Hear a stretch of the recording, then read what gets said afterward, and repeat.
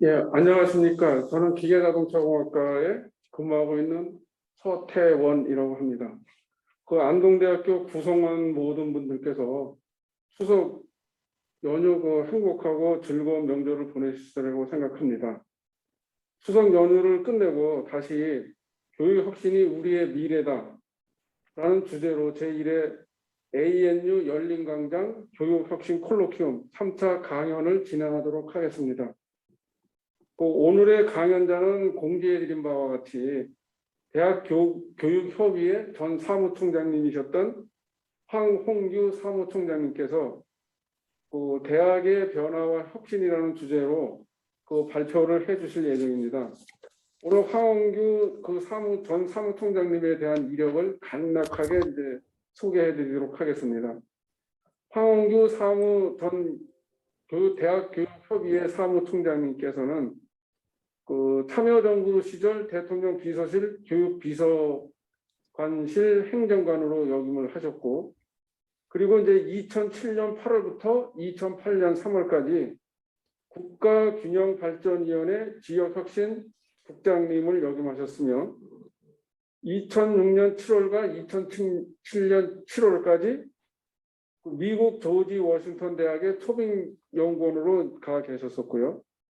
그 다음에 이제 2009년 1월부터 2012년 11월까지 한양대학교 정책과학대학 토빙 교수를 역임하셨습니다. 그래서 오늘 황홍규 전 사무총장님에게 마이크를 넘기면서 사무총장님의 강연을 듣도록 하겠습니다. 네, 감사합니다. 황홍규 사무총장님 나와주시기 바랍니다. 네, 안녕하십니까. 방금 소개받은 황홍규입니다. 안동의 가볼이라는 기대감을 가지고 있었는데요. 코로나가 이렇게 확산이 돼서 비대면 형태로 만나 뵙게 돼서 아쉽습니다만은 또 그래도 이렇게 귀한 자리가 이런 형태로라도 개최될 수 있게 된 것에 대해서 진심으로 감사하게 생각하고요. 또 저에게 이런 기회를 주신 것에 대해서 영광으로 생각합니다. 특히 우리 권수태 총장님께 감사의 말씀드리고요. 우리 교수님들 굉장히 바쁘실 텐데 이렇게 함께해 주셔서 감사를 드립니다. 오늘 제가 드리고자 하는 말씀은 이제 특별한 말씀은 아닙니다. 관계 법령과 또 제도, 인구구조 변화를 이렇게 보면서 우리 대학 혁신이 어떻게 돼야 되는지에 대해서 한번 말씀을 드리고자 합니다. 준비한 자료를 화면 공유를 하도록 하겠습니다.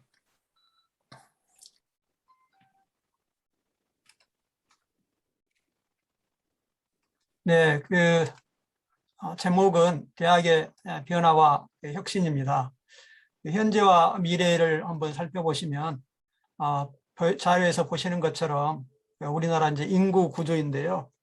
인구 구조를 보시면 아시는 것처럼 우리나라가 이제 80년대부터 이렇게 표가 나와 있는 그림이 나와 있는데요. 쭉 오른쪽으로 가시면 이제 역삼각형 구조로 되는 것을 아시게 될 겁니다. 그러니까 이 저출산 고령화 시대가 있고요. 고령 세대는 고출산 세대고 지금 이제 자라나는 세대는 초저출산 세대입니다. 이렇게 그림을 보시면 어떻습니까? 이렇게 좀 굉장히 이 소리가 안 나와. 이쪽에. 앞으로의 구조는 굉장히 불안한 이쪽에. 그런 구조를 가지고 있다고 안 보시면 나온다. 또 1인 가구 시대가 지금 되고 있고요. 청소년은 이제 초저출산인데 오디오 설정. 중장년은 고출산입니다. 우리 총장이 음소거를 해주셔야 될 것 같습니다. 그러면 젊은 층의 이제 주거 불안정 문제가 요즘 사회 문제가 되고 있죠. 또 젊은 층에서 결혼과 출산이 이제 감소하고 있는 문제가 초저출산을 이렇게 더 강화시키고 있습니다. 잘 아시는 대로 AI, 로봇 등 정보기술, 생명공학 등의 과학기술의 급속한 발전으로 흔히 4차 산업혁명으로 일컬어지는데 과학기술, 산업의 사회가 급변하고 있고요. 글로벌 경제체제가 이렇게 더 이렇게 심화되고 있습니다. 그래서 이 글로벌 경제체제가 우리가 이제 말로는 이렇게 하지만 중요한 이유는 이제 우리가 이제 일자리 창출이라든가 이런 부분을 이제 국내에만 바라봐서는 안 된다는 거죠. 이제 세계를 바라보면서 인재 양성도 그렇게 해야 되고 기술 개발도 또 그렇게 해야 되는 그런 상황으로 가고 있습니다. 이런 변화 속에서 일자리가 급변하고 있고 이제 고용 없는 경제가 되고 있고요. 이 탈규모의 시대 플랫폼의 등장은 한편으로는 이제 우리한테 기회를 주고 있다고 합니다. 그러니까 이제 2차 산업혁명과 3차 산업혁명 이때는 대규모 자본, 소위 거대 자본을 가지고 있어야 어떤 사업을 하기가 용이했는데 지금은 이제 이 플랫폼을 활용해 가지고 한 사람이 그 1인 기업을 만드는데 그 1인 기업이 급성장할 수 있도록 되어 있는 구조인 거죠. 그래서 자기가 가진 것이 없다 할지라도 열정이 있고 기술이 있고 또 어떤 컨텐츠만 있으면 이 세계적인 사업가가 될 수 있는 그런 이제 시스템을 갖추고 있다는 점에서 이 탈규모 시대와 플랫폼의 등장은 우리 새로운 기회가 되고 있다. 그래서 이제 역시 인재 양성의 우리의 목표와 방향도 이 부분에서 우리가 기회를 찾을 수 있지 않을까 이렇게 생각합니다. 또 감성과 문화의 시대가 되고 있죠. 오늘 이제 인터넷 뉴스를 보니까 넷플릭스에 이제 올라온 우리 그 오징어 게임이라는 한국 드라마가 이 세계적으로 선풍적 인기를 얻고 있고 미국에 그래서 1위가 되고 있다고 하네요. 참 대단한 거죠. 언제 우리가 이런 것을 생각을 했겠습니까? 아마 우리 교수님들 세대에서는 젊으신 교수님들도 있겠지만 우리가 이런 시대가 오리라는 것은 아마 상상도 못했을 겁니다. 저도 자라면서 항상 우리나라, 우리 민족을 비하하기 바빴지 참 우리나라가 이렇게 되리라는 것은 생각도 못했습니다. 근데 또 지금 우리 코로나 시대를 맞이하고 있고요.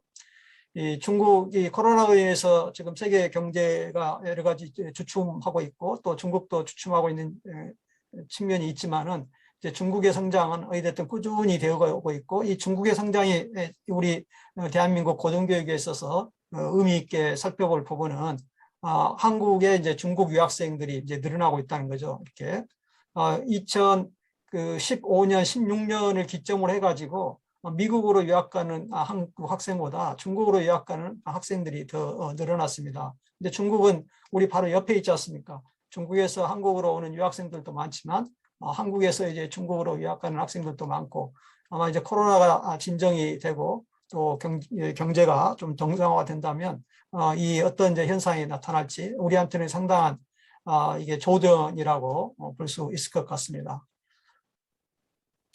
또 IT 혁명으로 공부에 어떤 시공에 제약이 없다는 말을 우리가 여러 차례 해왔는데 사실 제가 이 1980년대 이 교육학과에서 이렇게 이제 일반 교직 과목 이수하면서 이거 얘기가 그 교과서에 이미 나와 있었습니다.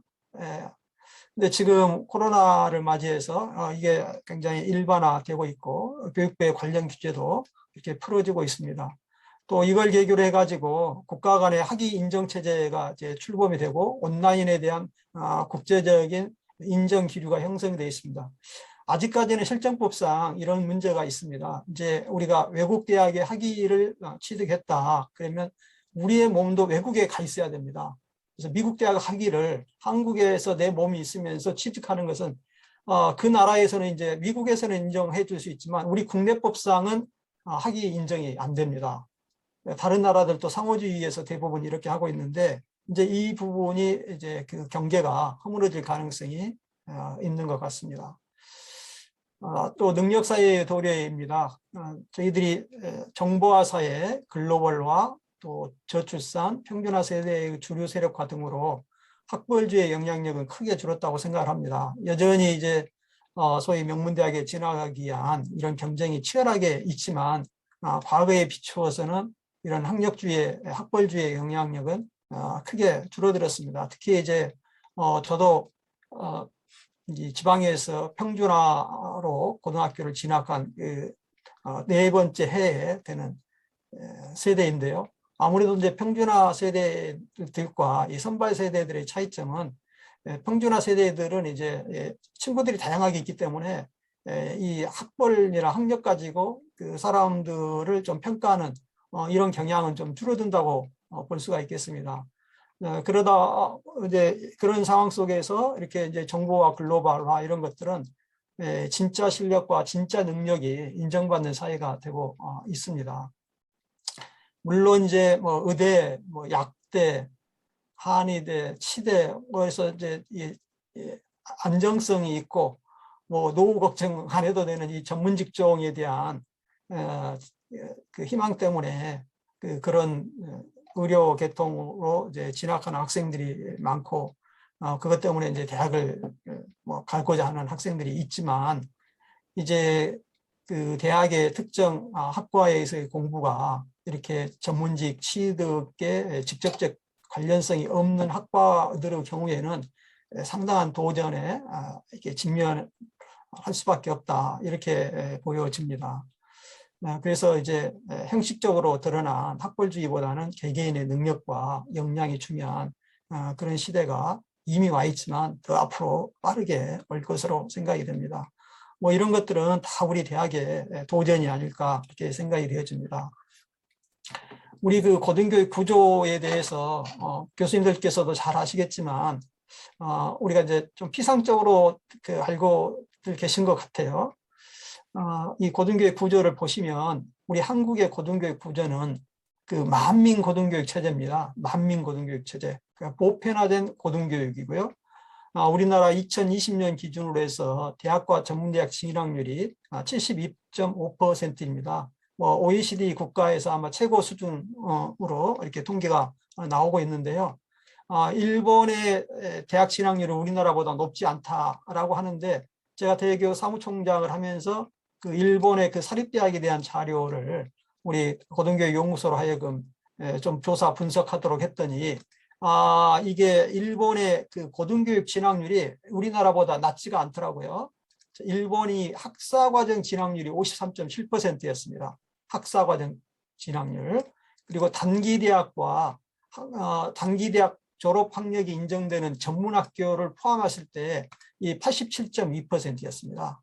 그런데 이제 일본의 그 고등교육 진학률이 보통 50%로 우리한테 알려져 있어요. 이게 뭐냐면 일본은 우리가 용어를 쓸 때 법령상 용어를 그대로 쓰는 것 같습니다. 그러니까 일본은 학교교육법상 대학, 단기대학, 전문학교 이렇게 구분이 되어 있는데 이 용어를 그대로 쓰는 겁니다. 그러니까 이제 일본의 대학 진학률은 우리로 보면은 이 4년제 대학 진학률, 일반 대학 진학률을 얘기하는 겁니다. 이제 우리는 대학 진학률, 뭐 고등교육 진학률 할 때는 대학 전문대학을 다 포괄해서 하고 있습니다. 그래서 일본의 경우에 4년제 대학 진학률이 50% 정도 되고 이 전문대학 과정까지 합치면 우리나라보다 오히려 진학률이 더 높다. 이렇게 말씀드릴 수가 있습니다. 우리나라 또 그 경우에 일반 대학이 있지만 과기부 소관의 과기원도 있고요. 사관학교, 경찰대, 또 노동부 소관의 기능대학, 평생학습법에 의한 전공대학이 있고요. 온라인 형태로는 잘 아시는 것처럼 방송통신대학이 있고 또 사이버대학이 있습니다. 또 비대학 형태로는 학점은행제라는 제도가 있죠. 교수님들께서도 이 학점은행제 제도 아시죠? 대학의 평생교육원에서도 이제 교육과정을 제공하면 그게 학점으로 취득이 돼가지고 학위를 줄 수 있는 그런 구조이고요. 학원과 직업전문학교에서도 이제 학점은행제로 학위를 취득할 수 있는 길이 열려 있습니다. 그래서 우리나라 고등교육 구조는 고졸 학력이 있으면 누구나 다양한 방법 또 저렴한 학비로 학위를 취득할 수 있는 그런 구조입니다. 이것을 이제 말씀드린 이유가 있습니다. 우리 이제 일반 4년제 대학입니다. 일반 4년제 대학이 지금 여기 198개인데요. 저기 경남 과기대하고 경상대학이 통합이 돼서 이제 197개입니다. 이 197개 4년제 대학이 있는데 이 4년제 대학에 500명 이하의 대학이 모집 정원 47개가 있고요. 사립대학이 그중에 38개입니다. 근데 38개 사립대학의 모집 인원을 전부 합치면 7,312명밖에 안 됩니다. 그래서 이 500명 이하 대학의 평균 모집 인원은 200명 정도입니다. 그래서 우리가 대학이 너무 많다. 그러니까 이제 대학을 좀 없애야 된다. 심지어는 제가 청와대 그 비서관급 인사한테 한 달 한 반 전에 직접 들었어요. 한 50개 대학 문 닫아야 되는 거 아닙니까? 그러니까 50개 대학. 그래서 제가 말씀드렸죠. 대학 수는 많지만 이렇게 규모가 적은 대학들이 많이 있습니다. 이 대학 50개 줄인다, 없앤다 그래서 소위 학령 인구 감소에 대응하는 이런 이 구조조정 효과는 거의 없습니다. 이제 이런 설명을 드렸는데, 그럼에도 불구하고 4, 50개는 없애야 된다. 이제 이런 말씀을 하는 것을 직접 들었습니다. 50명 이하 사립대학 현황을 보시면요. 특화대학으로 차흑과대, 파원공대가 있고요. 전원 종교인 양성을 하는 대학이 6개 있습니다. 감리교신학대, 대전신학대, 영산산학대, 광주대전 가톨릭대학, 예술대가 3개 있고, 또 종교계 대학이 16개 있고, 또 간호보건계를 보유하고 있는 대학이 10개, 또 제주국제대학이 이렇게 10개가 있는데, 이제 우리가 자칫 잘못하면 이런 대학들 없어져도 되는 거 아니야? 이렇게 말할 수가 있는데, 이 대학 설립 준칙주의가 과거에는 이제 어느 정도 대학 설립을 해줄 때 규모가 큰 학교를 설립 인가를 해줬습니다. 그러니까 최소 모집 인원이 1,500명은 되어야 또는 2,000명은 되어야 설립 인가를 해줬거든요. 그래서 거기에 대해서 기재부에서 불만이 많았습니다. 우리 교육부 관료들이 대학 설립 인가권을 두고서 소위 이 설립하고자 하는 사람들로부터 이 청탁을 받고 아주 이 교육부 공무원들이 좀 비리 공무원들이다. 사과하고 또 결탁돼 있다. 그러니까 대학 설립을 자유롭게 해줘야 된다. 이렇게 해가지고 이 설립 준칙주의를 이 경제부처에서 밀어붙였습니다. 또 당시 청와대에서 밀어붙였고, 그런데 이 설립 준칙주의 때문에 대학이 많이 늘어난 건 사실인데, 설립 준칙주의의 특징은 뭐냐면요. 모집 정원 50명인 대학 설립이 가능합니다. 모집 정원 50명. 그래서 이것 때문에 지금 여기 보시는 것처럼 이 비인가 종교인 양성 학교들, 우리나라 뭐 종교가 많이 있죠. 또 각 종교별로도 또 교단, 교파가 많이 있습니다. 그래서 이 교단, 교파별로 학교들이 세워집니다. 그래서 이 대학들은 소규모 대학들입니다. 소규모 대학들. 이 소규모 대학들도 저는 이제 나름대로 어떤 존재 가치가 있다라고 이렇게 생각을 합니다. 그래서 우리가 함부로 우리 이제 교수님들께서도 뭐 대학이 너무 많아, 대학 없애줘야 되는데 이런 말씀을 어찌 보면 쉽게 하실 수도 있는데 조금 신중할 필요가 있지 않나 이렇게 생각이 되어지고요. 분명히 현재 학령 인구 국감이 있습니다. 내후년이 위기라고 얘기하는 이유는 여기 보시면은요. 2002년생이 올해 대학에 진학한 학생들이 2002년생인데 49만 2천 명이 태어났습니다. 49만 2천 명이요. 2년 전에는 2000년생이 대학에 들어왔는데 63만 4천 명이 태어났습니다. 우리 교수님들 중에서도요. 69년, 70년, 71년생 계실 건데요. 이 71년생은요. 102만 4천 명이 태어났습니다. 69년, 70년, 71년생의 공통점이 뭐냐면 100만 명 출생 세대입니다. 그러니까 이들과 이제 비교해 보면 2002년생은 그 반은 이하로 떨어졌죠. 그래서 이 40만 명대 출생 세대가 언제까지 계속되느냐?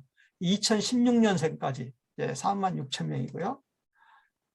2017년에 35만 7천 명이 태어났습니다. 이 자료 안 만들었지만 지난해 2020년에는 27만 3천 명이 태어났거든요. 그러니까 1971년생과 1970년생이 100만 명 넘게 태어났으니까요. 1970년생과 2020년생을 비교하면 어떻습니까? 10분의 3이 안 됩니다. 10분의 3이. 엄청나게 이제 초저출산으로 우리가 이게 접어들었고, 내후년이 이제 위기라고 하는 이유는 뭐냐면요. 2005년생이 43만 5천 명이 태어나서 올해 대학에 들어온 49만 2천 명 태어난 세대하고 했을 때 어떻습니까? 6만 명 정도가 또 줄어듭니다. 그래서 학생 모집에 상당한 어려움이 이제 당분간 있는데, 이 40만 명대 출생 세대들이 학령 인구가 되는 이 상황 속에서 우리가 대학의 좀 구조조정을 어떻게 하고 대학의 경쟁력을 어떻게 확보할 거냐. 이때 이제 지속 가능한 그 대학의 생존 능력을 키워야 이제 이 30만 명대 세대가 대학에 들어오는 20만 명대 세대가 대학에 들어오는 이때를 우리가 대비할 수 있다. 이렇게 생각이 되어집니다. 그래서 우리가 지금부터 상당히 준비를 해야 되고 저는 정부와 교육부도 이런 구조를 보면서 대응을 해야 되지 않을까 싶은데 굉장히 저는 안타까운 것은 이 모든 것은 저는 대학 혼자만이 감당하고 해결할 수 있는 문제는 아니기 때문에 범정부적인 대책을 수립을 해야 되는데 안타까운 것은 이 제도 교육부 공무원 출신이지만 지금 정부는 대학에다 그 짐을 좀 떠넘기고 있는 것이 아닌가 하는 생각을 좀 하게 된다는 점에서 매우 안타까운 심정입니다. 여기에서 이제 우리 교수님들과 꼭 공유하고 싶은 부분은요. 이 부분은 저는 이제 우리 언론인들이라든가 청와대 기획재정부 이런 분들도 같이 봐야 되는데 제가 최근에 사무총장을 하면서 그 3주기 진단에서 탈락대학을 최소화시켜달라 이렇게 강력하게 정말 청와대, 기재부, 교육부 또 국회 얘기를 했지만 이렇게 받아들여지지 않았어요. 이제 그분들의 논점은 굉장히 심플합니다. 대학이 너무 많다. 학생 수는 줄어들고 있는데 대학 40, 50개 문 닫아야 된다. 어제도 어느 모 정당에 가서 또 교육과 관련해서 설명할 기회가 있었습니다. 거기 이제 젊은 보좌관한테도 이제 설명을 하는데 그 젊은 보좌관도 방법 없는 거 아닙니까? 대학들 문 닫게 해야 되는 거 아닙니까? 이 생각, 이 말씀을 그냥 하시는 거예요. 그러니까 그 틀에 딱 메어 있습니다. 학생 수 없다. 대학 너무 많다. 대학 문 닫아야 된다.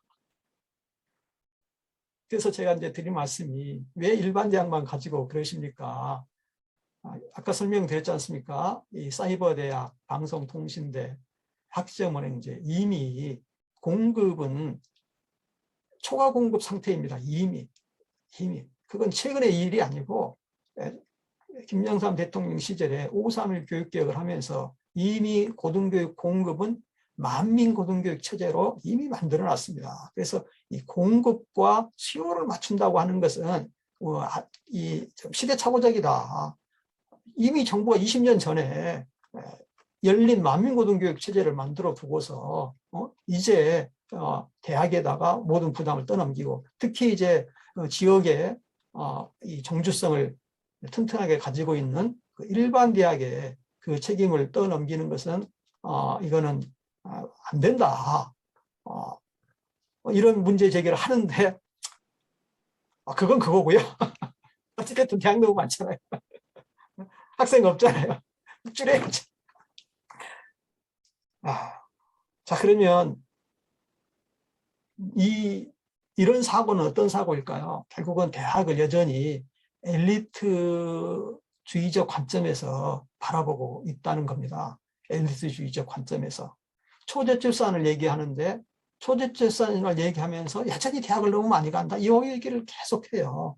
그런데 제가 오늘 우리 교수님들께 공유하고 싶은 내용은 마틴 스로우라고 캘리포니아 UC 버클리의 사회학자인 교수님께서 1970년도에 그 고등교육 그 시스템의 단계 이행에 관한 그 논문을 발표하셨습니다. 이걸 이제 일본인 학자가 책을 썼는데 한국에 번역본이 나와서 제가 그 책을 보고 이렇게 소개를 드립니다. 왜냐하면 이제 마틴 스로우 교수가 얘기하는 것은 그 고등교육의 규모 확장의 이제 정도에 따라서 그 고등교육의 시스템이 이제 달라진다는 것입니다. 뭐냐면 이분은 해당 연령층의 15% 이내가 대학에 들어가는 구조는 이게 엘리트형이다. 그리고 15% 초과 50%는 이제 대중형 고등교육 체제고 50%를 이제 넘을 때는 이건 이제 유니버셜형이다. 보편형이다. 그런데 우리 대한민국은 지금 어디에 속하겠습니까? 유니버셜 액세스형, 이 보편형에 이미 와 있습니다. 그럼 이걸 우리가 되돌릴 수 있는가? 이걸 엘리트형이나 대중형으로 지금 정부나 지금 오피니언 리더들은 이걸 돌리자고 합니다. 그럼 우리 단도직입적으로 얘기하겠습니다. 우리 안동대학교 엘리트형으로 가면은 이게 어떻게 됩니까?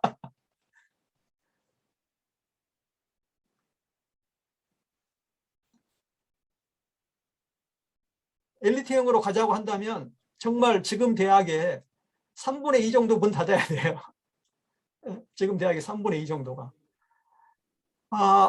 이제 세상이 바뀌었다는 겁니다. 예, 마틴 스루우 교수에 의하면 고등교육 기회가 과거에는 소수자의 특권이고 또 상대적 다수의 권리이지만 이제는 만민의 의무이다.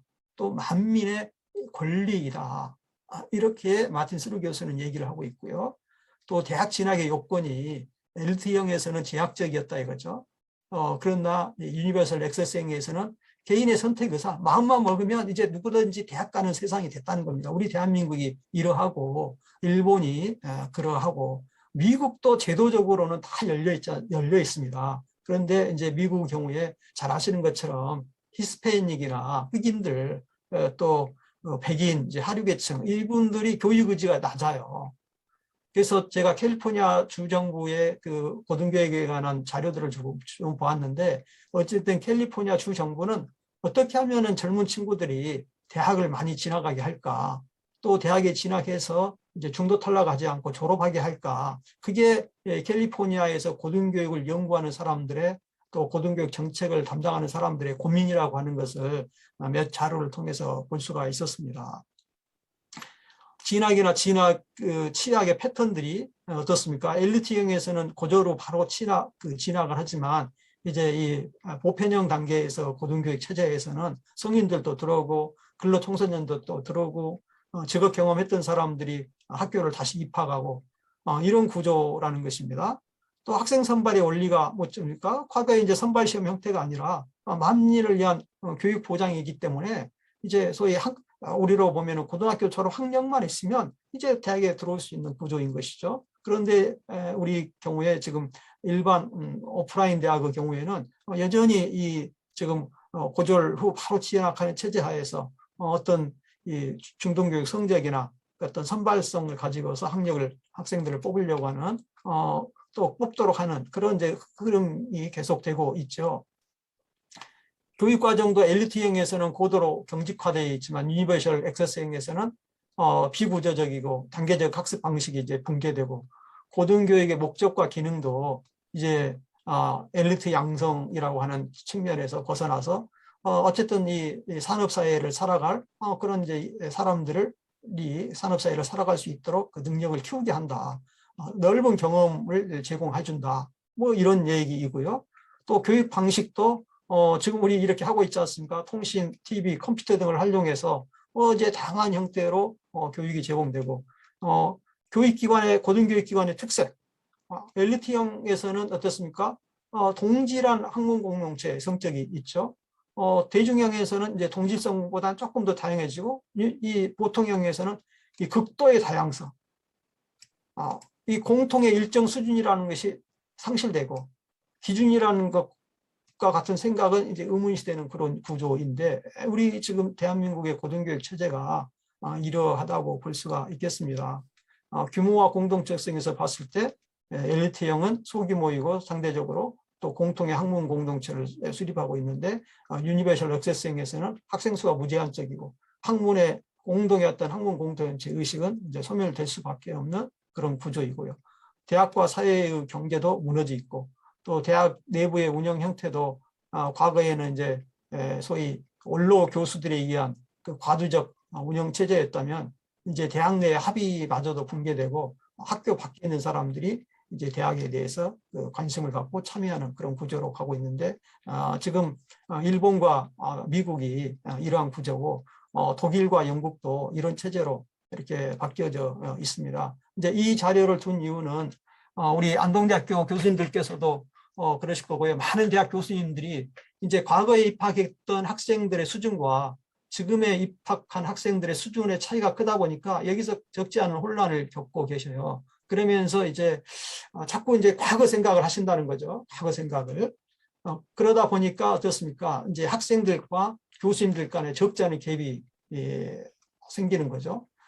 이제 맞는 누구나 대학에 진학하는 이 체제가 됐기 때문에 마틴 스루 교수가 얘기한 대로 그 유니버셜 액세스형 보편형 고등교육 체제의 그 특징, 이것에 우리가 이제 빨리 이걸 그대로 받아들이고 여기에 적극적으로 대응을 해야 우리 고등교육이 특히 일반계 대학이 살아남을 수 있지 않을까 이렇게 생각하고, 또 이 체제에 맞게 교육부의 지도 감독이라든가 법규 규정 이런 것들이 이제 정비되어야 합니다. 그런데 좀 그렇지 않죠. 여전히 LT형 체제로 여러 가지 시스템을 운영을 하고 있고, 교육부는 이걸 혁신해 하고 있다고 하지만 그 변화의 어떤 속도는 대단히 느린 것이 안타깝습니다. 우리가 이제 혁신의 방향과 방안을 어떻게 찾아야 될까? 저는 여전히 헌법에서 그 방향을 찾고 싶습니다. 우리나라 헌법 전문에 보면 우리 대한민국은 정치, 경제, 사회, 문화의 모든 영역에 있어서 각인의 기회를 균등히 하고 능력을 최고도로 발휘하게 한다. 이렇게 하고 있는데 이게 바로 우리 교육의 목표 아니겠습니까?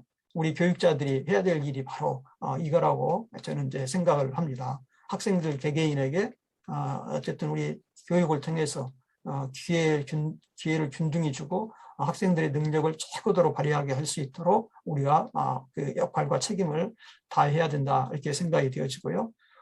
교육기본법 제9조 학교교육에 있어서 여기 학생의 창의력 개발, 인성함양을 포함한 전인교육을 중시해서 이루어져야 된다 이런 표현이 있고요. 또 12조 학습자 규정에 보시면 교육의 내용, 방법, 교재, 교육시설은 학습자의 인격을 존중하고 개성을 중시하여 학습자의 능력이 최대한으로 발휘될 수 있도록 마련되어야 한다 이렇게 되어 있습니다. 사실 이런 규정들이 초중등 교육에만 적용이 되고 우리 고등교육은 적용되지 않는다 이렇게 인식하는 경향들이 있는데, 교육기본법은 유아교육, 초중등 교육, 고등교육, 평생교육을 다 포괄하는 이렇게 법입니다. 그래서 우리 교육법 체제로 보면 헌법이 최상위에 있고 그 다음에 교육기본법이 있고 교육기본법 밑에 초중등교육법, 고등교육법, 평생교육법 뭐 이런 체제로 되어 있기 때문에 우리가 이 교육기본법의 규정의 내용을 좀 인식하고 또 거기에 따라서 이제 교육의 방향성을 잡는 것이 필요하다고 생각이 되어지는데요. 교육기본법에 바로 이제 이런 내용이 있습니다. 그러면 이제 저희가 반성해야 될 부분이 그 교육기본법 12조 정말 교육 내용, 방법, 교재, 시설이 학습자의 인격을 존중하고 개성을 중시해서 그 능력이 최대한 발휘될 수 있도록 우리가 마련되고 있는가, 이 부분에 대한 고민이 필요하다고 생각됩니다. 제가 교육부 과장을 할 때 서울대학교에 이제 학장님 급에 해당되는 교수님이 오셔가지고 그런 말씀을 하셨어요. 서울대 공대 학생들도 교재를 세 종류로 만들어야 된다. 상중하로 만들어야 된다. 다 공부 잘하는 학생들 온다고 하는 서울대도 그 안에서 이제 학생들의 이해력의 차이가 있어서 어이없다는 것이죠. 근데 다른 대학들은 또 어떻겠습니까? 지금 이제 다양한 학생들이 와 있기 때문에 이 다양한 학생들이 와 있는 이 구조 속에서 어떻게 학생들 개개인의 그 능력을 최고한도로 발휘시키도록 할 건가, 이 부분에 대해서 고민이 필요한 거고, 이런 부분에 있어서 저는 교육부가 교수님들의 학생에 대한 평가에 대한 자유권을 인정해야 된다. 반드시 상대평가해라, 뭐 어떻게 해라, 저렇게 해라. 이거는 정말 이 교육을 너무 그 기계적 활동으로 보고 있는 거라고 이렇게 생각을 합니다. 사람이 다양하면 교육의 방법도 다양할 수밖에 없고 또 운영 방식도 다양할 수밖에 없기 때문에 헌법상 대학의 자율성을 저는 이제 교육부가 인정을 해야 된다. 그러나 이제 반드시 지켜야 될 건 지켜줘. 예를 들어서 출석하지 않았는데 출석한 것으로 이렇게 한다든가, 또 출석하지 않았으면 출석으로 인정할 수 있던 다른 대체적인 활동을 해야 되는데 이제 그런 것도 없이 한다든가, 뭐 일종의 기본적 질서는 있습니다. 우리가 기본적 질서는 지켜야 되지만 그 기본적 질서를 지키는 범위 안에서는 그 실질적인 세세한 운영사항은 대학의 자율로, 또 교수 학생의 자율적 결정사항으로 해나가야 이 교육기본법 12조를 구현해 나갈 수 있지 않을까 이렇게 이제 생각을 하고요. 코로나로 인해서 지금 저희들이 경험하지 못했던 비접촉, 또 접촉 축소의 삶을 살고 있지 않습니까? 이 상태에서 저희들은 이 소공동체가 얼마나 중요한가 이것을 또 깨닫게 되는 것 같습니다. 지금 이제 혼자 계시는 분들은 참 얼마나 힘들겠습니까? 겉으로 보면은 잘 지내는 것 같지만 참 쉽지 않겠죠. 그러니까 우리 친구들, 혼자 좀 지내고 있다면 그 친구들 쉽지 않을 겁니다. 그래서 이 소공동체, 이제 다수가 모이기 어려우니까 소공동체를 형성해서 서로 돕고 살아간다는 거 굉장히 중요할 것 같고요. 그런 점에서 그 각 개개인의 삶의 태도, 습관, 정서, 능력 이런 것들이 굉장히 중요할 것 같습니다.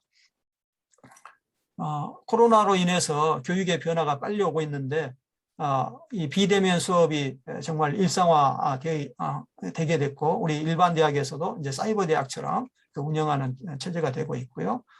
교육 격차가 이게 커지고 있다 보니까 개인별, 특성별 맞춤 교육의 중요성이 좀 부각이 되고 있고 무엇보다도 자기주도적 학습 역량 개발 훈련의 중요성이 좀 인식되고 있는 것 같습니다.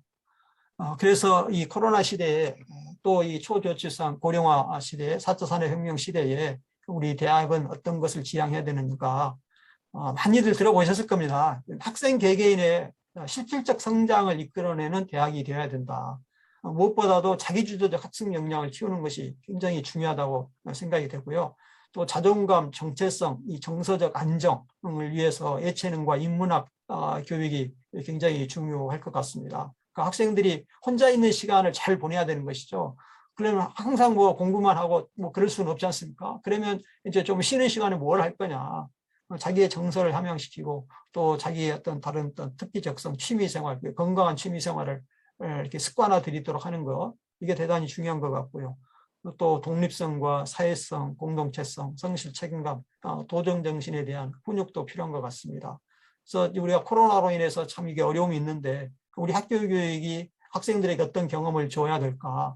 이 경쟁의 경험보다는 협력과 협업의 경험을 많이 제공해주고 또 실패의 경험보다는 성공의 경험을 많이 주고 같은 차원에서 못한다는 그런 인식이 아니라 할 수 있네 하는 이런 자신감을 심을 수 있도록 학교의 그 교육과정이 운영돼야 되는데 지금 학교 교육과정에서 우리 뭐 에이스 사업 이런 것들을 하면서 저는 비종교 교육과정 또 소위 비교과 과정을 통해서 이런 것들을 시도를 많이 하고 있고 지금 이제 우리 대학 혁신 지원 사업의 경우에도 그 프로그램에 의해서 이런 활동들을 많이 하고 있는데 저는 정말 이 교육부의 이제 대학 혁신 지원 사업의 문제점을 계속적으로 지적했던 게 뭐냐면 대학이 진짜 혁신이 되려면 정규 교육 과정에서 혁신이 되어야 되지 비정규 교육 과정, 비교과 과정에서 혁신이 일어나면 그건 대학의 그 기본 업무가 아닌 거다.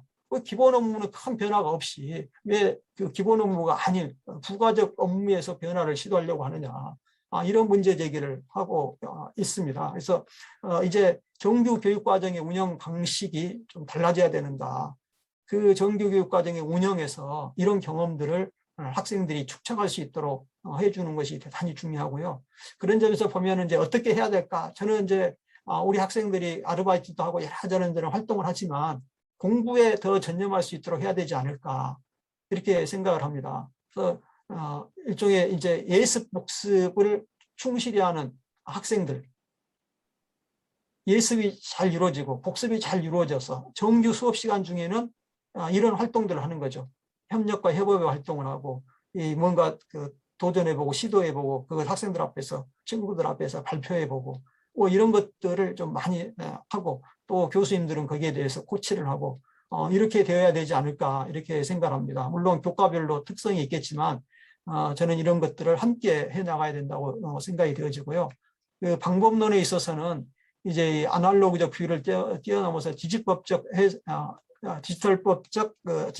해법을 모색해야 된다. 이거는 이제 디지털이라는 게 뭡니까? 이제 플러스 마이너스 0과 1 이것을 통해서 아주 두 개의 단순 조합에 의해서 무궁무진한 것을 만들어내지 않습니까? 그러니까 교육은 뭐겠습니까? 뭐 정말 잘 아시잖아요. 교육과 학습, 교수와 학생의 만남 이게 교육이지 않습니까? 이게 교육. 그래서 교수와 학생이 어떻게 만나느냐, 교수와 학생이 어떤 활동을 하느냐 이게 굉장히 이게 핵심인 거죠. 그래서 이 교수학습 방법론에 그 중점을 둔 혁신 방안을 모색을 해야 되고 저는 이제 우리 초중등 교육에 있어서는 이 동료 장학이라고 해가지고 자율 장학이라고 해서 학교 안에서 이제 선생님들끼리 이제 서로 코칭을 하는 이런 활동들이 비교적 활발하게 이루어지고 있는데 저는 우리 대학에서도 이렇게 해야 된다고 생각을 합니다. 이제 사실 우리 이제 전문직 사회라는 게 그러지 않습니까? 서로의 일에 대해서 노터치, 무관심. 그런데 이제 세상이 바뀌고 있고요. 또 아무리 공부를 많이 하고 지식이 많다 하더라도 한계가 있지 않습니까? 그러니까 서로 공유하고 서로 협업하는 것이 대단히 중요하다고 생각이 되어집니다. 그런 점에서 이런 저는 우리 안동대학교가 이런 활동들을 지금 하고 계실지도 모르겠네요. 하시면 좋을 것 같고요. 교직원과 학생 간의 접촉면을 확대를 하고 그 접촉을 실제로 하고 직원들도 저는 교수 요원으로 참여를 하고 이렇게 활용할 필요가 있다고 생각이 되어지고요. 학생 참여, 학생 주도 교과나 교육과정 전공 운영을 적극적으로 할 필요가 있습니다. 결국은 학생들이 스스로 해보는 훈련의 그 경험을 그런 기회를 학교가 적극적으로 제공해 줘야 된다. 이게 정규교육 과정에서 이루어져야 된다고 생각되고요. 그러면 그 뭐 많은 지식을 배워야 되는데 그거 도대체 어떻게 할 거냐. 아까 말씀드렸지만 학생들 예습 복습하게 해야 될 것 같아요. 정말 공부하게 만들어야 될 것 같습니다. 그 다음에 이제 넘어가겠습니다.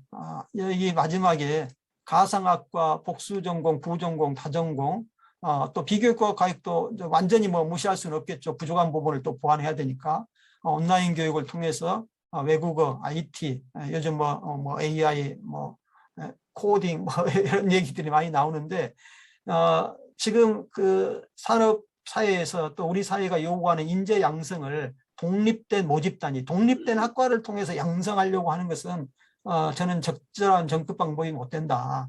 지금 우리가 복수전공제도, 다전공제도, 부전공제도 뭐 이런 것들이 열려 있거든요. 그래서 학생들이 이제 1년을 더 공부하더라도 이제 4년 또는 5년 동안 이 집중적으로 공부하면서 이제 자기 전공 외에 또 다른 전공을 두어서 이제 그 직업 세계로 진출을 좀 더 선택할 수 있도록 해주는 것이 필요하고 산업사회가 필요한 인력 양성을 이런 방식으로 좀 해나가야 된다고 이렇게 생각을 합니다. 그런 점에서 적지 않은 대학에서 이런 시도들을 하고 있는데 저는 안동대학이 더 적극적으로 이런 걸 좀 시도를 하고 만일 학생들이 1년 더 공부해야 된다면 그 1년 더 공부하는 학비는 정부가 보조해 주는 거, 지원해 주는 거 뭐 이런 것도 건의해 볼 수 있지 않을까 이렇게 생각이 되어지고요. 정리해서 좀 말씀드리면 우리가 학생들이 교직원들은 과연 학생들을 어떤 존재로 보나 어떻게 대하나 다시 한번 교육의 가장 그 기본은 결국 교육이라고 하는 것은 인격적 활동이기 때문에 이 교수님들께서 부지불식 간에 이제 하시는 그 말씀이나 태도 표현에서 교수님이 나를 존중해주고 있구나. 이것을 학생들이 느끼는 것이 정말 중요한 것 같습니다. 그런데 안타깝게도 우리 초중등 교육이나 고등교육이나 이 선생님들께서 이제 말실수를 조금 하셔요. 정말 우리는 학생들을 존중하는 이런 대학 문화, 또 가족학교, 학교 가족을 만들고 학생들의 자존감과 자신감을 심어주는 이런 교육이 이루어지면 좋겠고요. 또 우리 학교 행정과 관련해서는 저는 업무 간소화를 적극적으로 시행하면 좋겠습니다. 우리 그 행정직 직원들은 자꾸 뭐 규정, 법령 뭐 이런 걸 따지지 말고 이 목적이 바람직한 것이라 그러면 그 목적 달성하기 위해서 이 행정 지원을 최대한 하는 것을 목표로 삼고 이렇게 해야 되고 이것을 통해서 교직원의 모든 역량들이 학생들의 지도에 좀 집중될 수 있도록 하면 좋을 것 같고요. 변화와 혁신에는 저는 용기가 필요하다고 생각이 되어집니다. 뭐 이것 때문에 안 돼, 저것 때문에 안 돼 하면 모르는 거 못하는 거죠. 대학의 자율성도 구성은 스스로의 노력이 굉장히 중요하고요. 혁신에서 용기가 필요하고 변화에서 용기가 필요한데 저는 세 가지만 말씀드리고 싶습니다. 첫 번째, 변화와 혁신을 추구하는 데 있어서 이 돈 문제에서 깨끗하면 됩니다. 돈 문제에서 뭐 책 잡힐 거 없으면 되고요. 두 번째, 평등하게 해주면 됩니다. 세 번째, 그런 어떤 의사결정을 혼자의 의사결정으로 하지 않고 협의와 합의를 통해서 의사결정을 하게 되면 거기서 오히려 많은 우수 사례가 생기고 거기서 설사 법령 위반의 문제가 생긴다 할지라도 오히려 그 법이 바뀌는 그래서 우수한 혁신 사례에서 표창을 받는 그런 사례가 된다고 이렇게 생각이 됩니다. 시간이 벌써 많이 됐습니다. 제가 정리해서 좀 말씀드리면 이제 우리나라 고등교육 체제는 보편교육 체제입니다. 보편교육 체제의 그 교육의 내용, 방식, 학생 선발, 또 교육과정 운영 방식은 과거 엘리트 형태하고는 완전히 다릅니다. 우리가 과거 엘리트 형태로 갈 수가 없습니다. 근데 대학마다 이게 이제 혼재되어 있는 것이죠. 뭐 어떤 모집단이나 어떤 학과는 상당히 엘리트형일 수가 있습니다. 그러나 또 그렇지 않은 데는 뭐 대중형일 수 있고 이 보편형일 수 있습니다. 이제 이게 혼재된 상태이기 때문에 그 여건과 그 상황을 잘 봐서 거기에 적절하게 우리가 대응하고 또 이것을 무엇보다 먼저 마음으로 받아들이는 것이 중요하다고 생각이 되어집니다. 드림 말씀 한번 나누고 싶은 말씀 많은데 시간이 많이 지나서 일단 여기서 제 말씀을 마치겠습니다. 경청해 주셔서 대단히 감사합니다.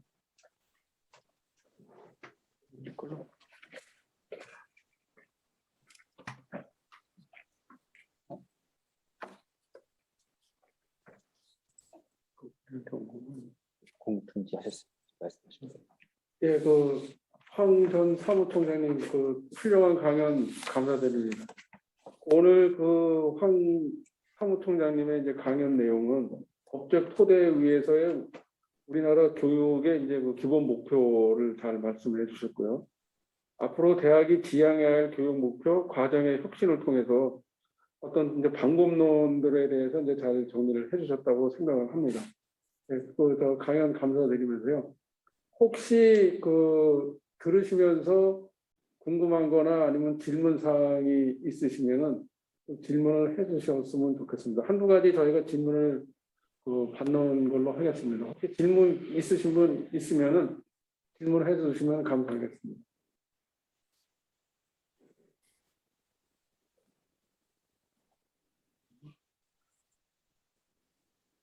예, 그러면은 지금 제가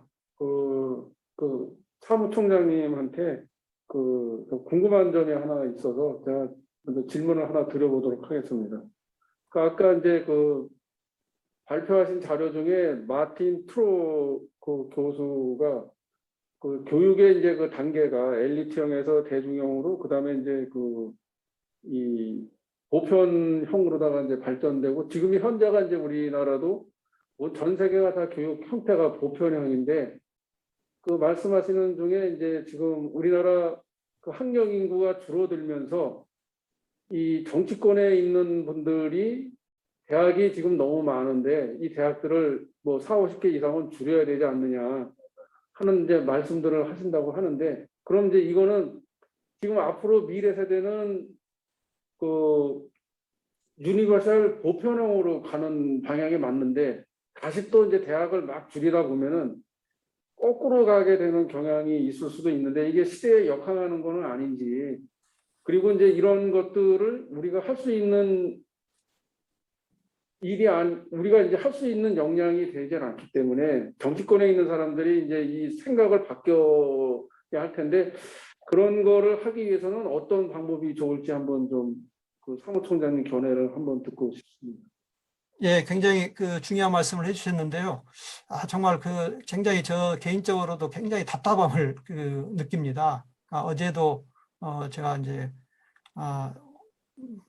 정당 국회의원님 앞에서 말씀드리고 보좌관들 이렇게 말씀을 드렸는데 정말 논리예요. 대학 너무 많다.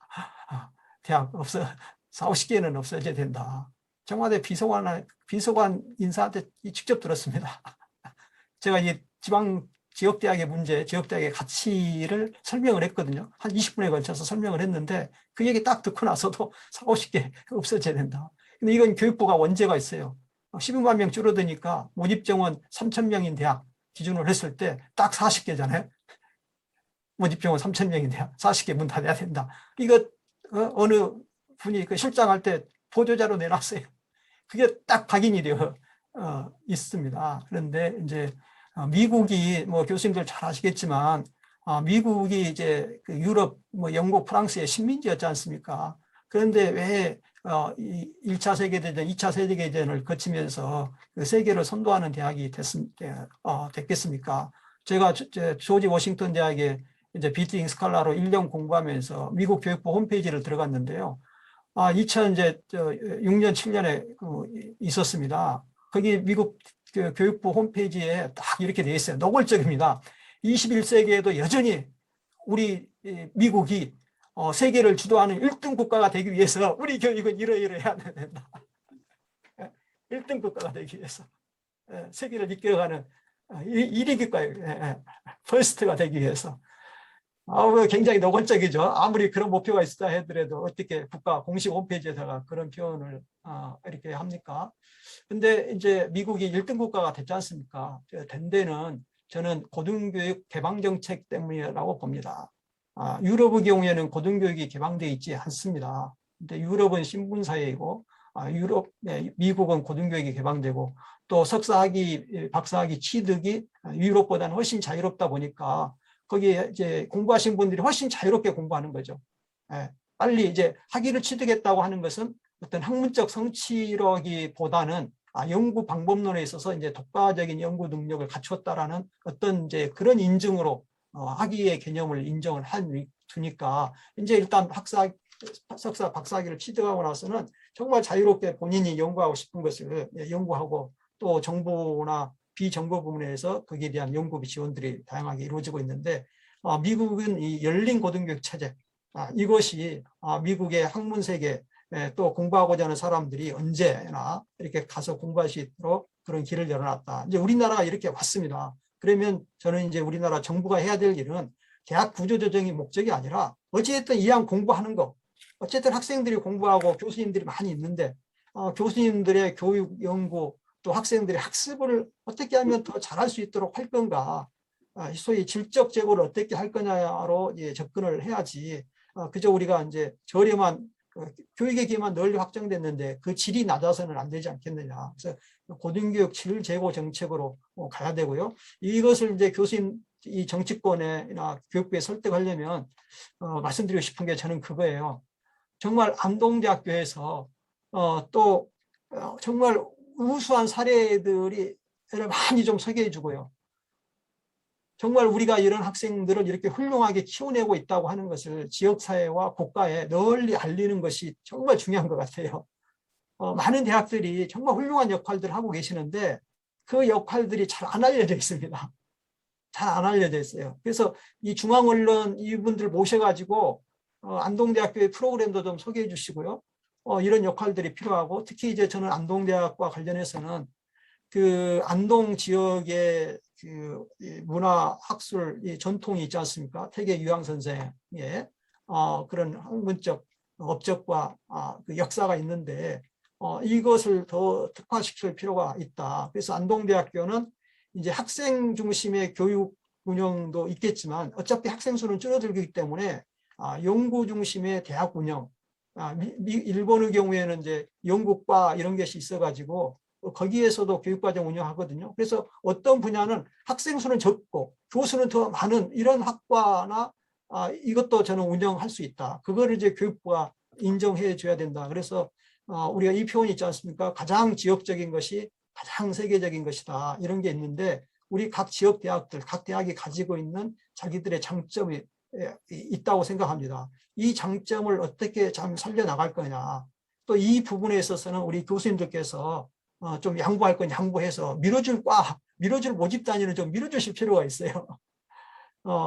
그래서 이제 그 대학별로 그 특성화 영역을 잘 드러내서 이것들이 이제 중앙 언론에 많이 노출이 되고 중앙 정치권의 사람들이 그 안동대학의 가치를 정말 이 마음으로 받아들이게 하는 거 이게 중요하다고 생각이 되어지고요. 또 그런 측면에서 저는 우리 교수님들께서 그 정치권 사람들하고도 많이 좀 접촉해서 우리 대학을 참 제대로 알려야 된다 생각이 됩니다. 그 야당의 그 어떤 의원님이 또 저를 불러가지고 이 고등교육에 대한 설명을 들으셨어요. 그럼에도 불구하고 또 그분도 그래도 대학들을 문 닫아야 되는 거 아닙니까? 아니 그분도 또 그 말씀하셔요. 근데 또 이제 사적으로 만났더니 왜 이분이 그 생각을 하시냐면 자기가 친한 명문대학 교수님이 있는데 그 교수님이 자기 만나면 대학 100개는 문 닫아야 된대. 대학 100개는 문 닫아야 돼. 이런 말씀을 하신대요. 그래서 아무튼 우리 대학사회 전체가 정말 저는 초저출산 세대 한 명 한 명을 소중하고 능력 있게 키워야 되고요. 그런 점에서 우리 교수님들께서 이미 헌신적인 노력을 하고 계시는데 그런 노력들을 주변에서 알 수 있도록 홍보하는 거, 또 학생들이 스스로 나서서 우리 대학에서 이렇게 좋은 교육을 받아서 이렇게 훌륭한 사람으로 컸다, 이렇게 활동하고 있다, 이런 그 노력들이 좀 필요한 것 같습니다. 말씀이 좀 길었습니다. 죄송합니다. 아니, 괜찮습니다. 예, 고맙습니다. 그 혹시 다른 분 이 질문하실 사항이 있으면 질문하시고요. 그리고 이제 지금 이 마이크가 총장님은 지금 제 이야기가 이제 잘 안 들립니다. 들리십니까? 네. 총장님 한번 말씀 한번 해주시죠. 예, 아까 뭐 제가 좀 서툴러 가지고 접속하는데 이렇게 지장이 있었는데 사실은 우리 홍규 전 사무총장님이시죠, 대기업에. 제가 인사를 좀 미리 드려야 되는데 이렇게 좀 늦었습니다. 뭐 우리 지금 사무총장님이 이제 그 재임 시절에 그 보면 그 대기업에 대학이 뭐 아까 이야기했지만 근 한 200개 정도 되는 대학이 있는데 그래도 이제 이 우리 안동대학을 또 많이 신경을 써 주셨고 그다음에 이제 그 원래 뭐 우리 대학에 있었던 그런 그 입시 대란이라든지 아니면 또 그 최저 등급 문제 이런 거에 대해서 굉장히 협조를 많이 해주셨어요. 그래서 정말 감사하다는 말씀을 드리고 저는 또 여기 안동에 와 계시는 줄 알고 제가 그 인사를 하러 가던 중에 되돌아왔습니다. 예, 그 오셨으면은 이 안동대학교의 아름다운 풍경도 좀 보실 수 있을 것 같고 그다음에 이제 사실은 우리 안동대학교의 교수님들이나 직원들이 이 지역대학의 한계를 극복하기 위해서 정말 열심히 하고 있습니다. 예, 예, 그 모습을 좀 보여드리고 싶어서 저는 왔는 줄 알고 이렇게 쫓아갔는데 다음 기회가 있으면 한 번 더 와주시기를 바라겠습니다. 그리고 네, 혹시 감사합니다. 그 뭐 이렇게 청와대나 좀 높은 분들 만나시거든 안동대학교 좀 홍보 좀 많이 해주십시오. 네, 네. 예, 저희들 지금 이렇게 콜로퀴움을 하는 것도 이 지역 대학이 살아남기 위한 여러 가지 그런 이제 이 자생적으로 지금 하고 있는 겁니다.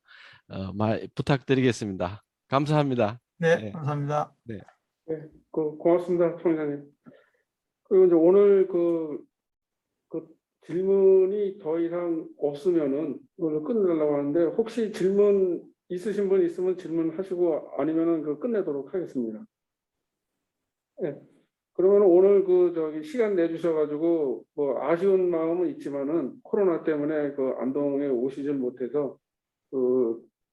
못했는데 어쨌든 이렇게 시간 내주셔서 강연을 해주신 황홍규 사무총장님께 감사의 말씀을 드리면서 다음 주 일정에 대해서 이제 잠시 공지를 해드리겠습니다. 다음 주 이제 10월 7일에는 저희 안동대학교 기획과장님이신 송현익 과장님께서 안동대학교 행정조직 구조개혁이라는 제목으로 주제 발표를 해주시겠습니다.